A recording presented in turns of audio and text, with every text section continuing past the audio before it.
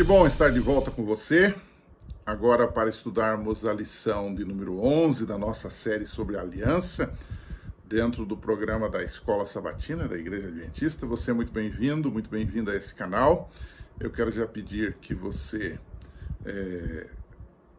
dê o seu like aí, que você passe a informação desse canal aos seus amigos.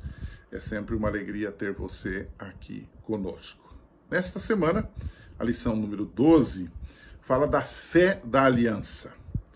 Na verdade, esse é um tema fundamental dentro de toda essa discussão, porque muitas vezes há pessoas que nos acusam, especialmente contra os adventistas, né, de que nós pregamos uma salvação pela obediência aos mandamentos, nós somos legalistas, especialmente quando o assunto é sábado, dia de guarda, existe aí uma controvérsia.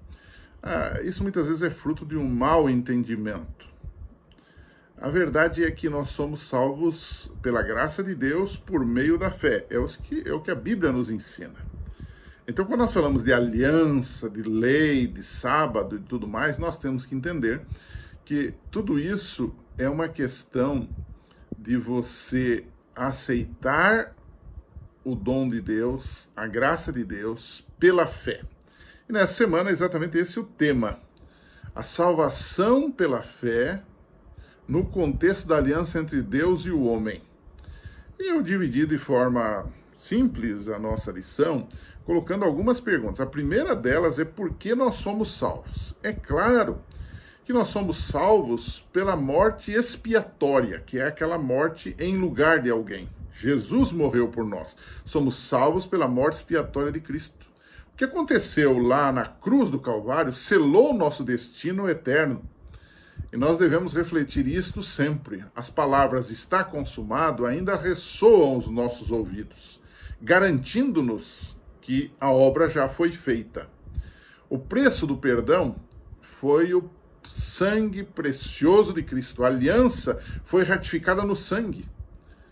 Pedro dizia assim: pois vocês sabem que não foi por meio de coisas perecíveis, como prata ou ouro, que vocês foram redimidos de sua maneira vazia de viver, que lhes foi transmitida por seus antepassados, mas pelo precioso sangue de Cristo, como de um cordeiro, sem mancha e sem defeito. 1 Pedro 1, 18 e 19.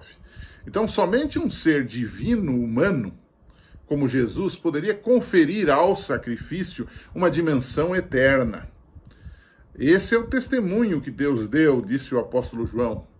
Deus nos deu a vida eterna e essa vida está em seu Filho. Ou seja, não temos nenhuma margem para discussão de que a salvação, do início ao fim, é uma obra redentora de Deus através de Cristo.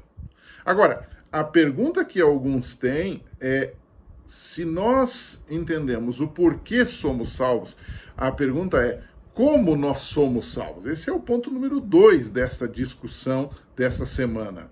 Como somos salvos? A resposta é: somos salvos pela graça, que é essa imensidão do amor de Deus à nossa disposição, esse dom imerecido, por meio da fé. A fé é uma forma de eu alcançar a graça, alcançar a salvação, alcançar o perdão. Isso fica muito claro em Efésios 2, 8 e 9, que nós já várias vezes temos lido aqui. Pela graça sois salvos por meio da fé, e isso não vem de vós, é um dom de Deus. A graça é a mão de Deus estendida ao homem, nós tradicionalmente explicamos assim, e a fé é a mão do homem estendida a Deus, embora a fé também seja um dom dado por Deus, ou seja, o processo, a iniciativa é divina. Nós temos na Bíblia, por exemplo, tanto no Velho quanto no Novo Testamento, que a salvação sempre foi pela fé. Então não dá para dizer, numa época foi salvação pela lei, agora a salvação é pela graça, e etc e tal. Não. O exemplo de Abraão é um exemplo claro. O Gênesis 15, verso 6, lá no início da Bíblia, a Bíblia diz assim: Abraão creu, fé, no Senhor, e isto lhe foi creditado como justiça. Ele não foi justificado, ou perdoado, ou salvo por causa das suas obras, mas ele creu em Deus, né?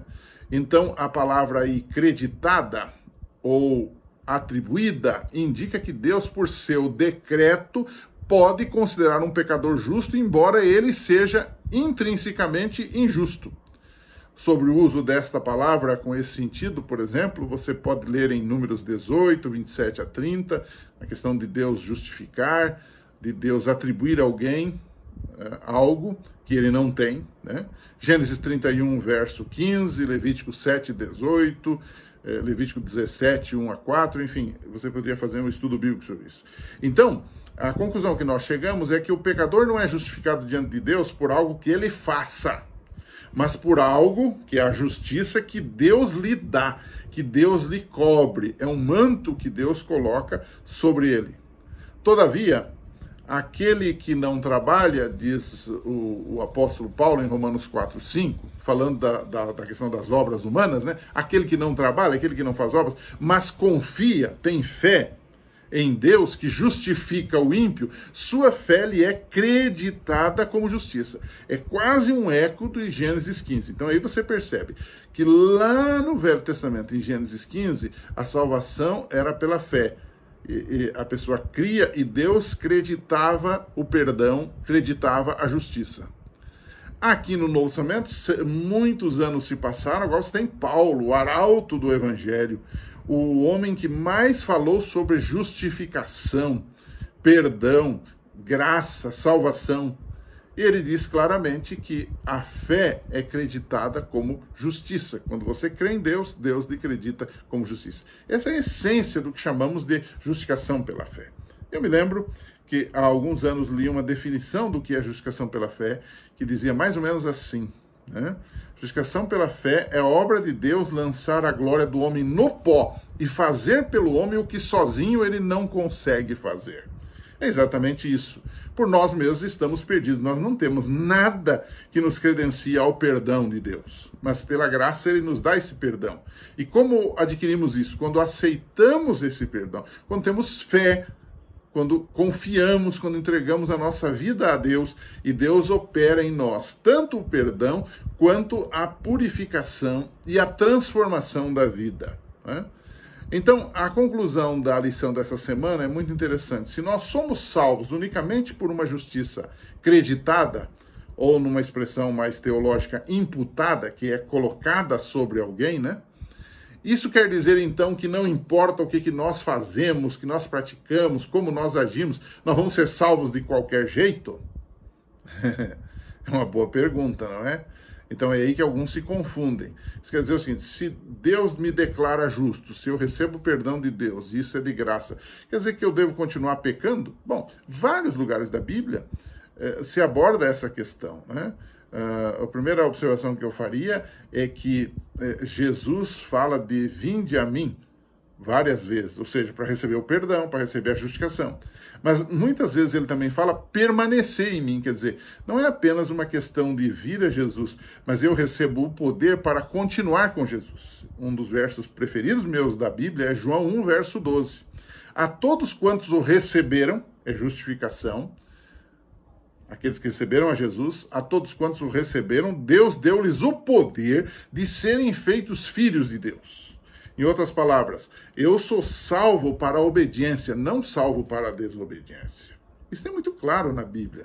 Então, alguns, para justificar os seus pecados, os seus erros e a sua má compreensão do Evangelho, eles acham que o Evangelho é um salvo-conduto para o pecado. Não, ao contrário. Agora, esse assunto de vencer o pecado também não é uma questão apenas humana, obras humanas. Listas que eu faço de coisas que eu não devo fazer e que no dia seguinte eu já percebo que eu já pulei itens daquela lista, que eu já pequei em vários daqueles itens. Não, não é assim. É uma questão de fé no início e no meio e no final do processo. Tudo é uma questão de fé. Eu devo entregar a minha vida a Deus e Ele opera em mim, o querer e o efetuar. E Ele transforma a minha vontade. Isso é muito importante. O exercício da vontade, agora humana, ela não é mais uma obra meramente humana. Ela é uma obra de Deus no ser humano, não é? Então, nós somos salvos para obedecer. A Bíblia diz que Deus preparou as boas obras de antemão, ou seja, para que nós andássemos nela. Então, é uma questão do processo da salvação. Cada dia vamos andando com Deus, cada dia somos justificados e a cada dia somos santificados. Aliás, na Bíblia, o conceito de santificação, ele quase que não aparece nessa questão. Se você ler Romanos, o apóstolo Paulo diz, nós somos justificados, e logo ele diz glorificados. O que ele entende? Ele entende que a santificação é, digamos, o resultado da justificação. Ela está junta. Não há necessidade dele ficar fazendo uma explicação tão didática assim. As coisas vão juntas. Se eu tenho fogo, naturalmente ao redor eu terei calor. Se eu fui perdoado pela graça de Deus, naturalmente eu vou ter aversão ao pecado. E eu vou andar com Jesus e ter uma nova vida com Ele. Bom, são assuntos para você discutir aí com seus alunos. Semana que vem a gente volta para mais um tema, que será o último tema, aliás, da nossa série aqui da Aliança de Deus. Um abraço e até lá.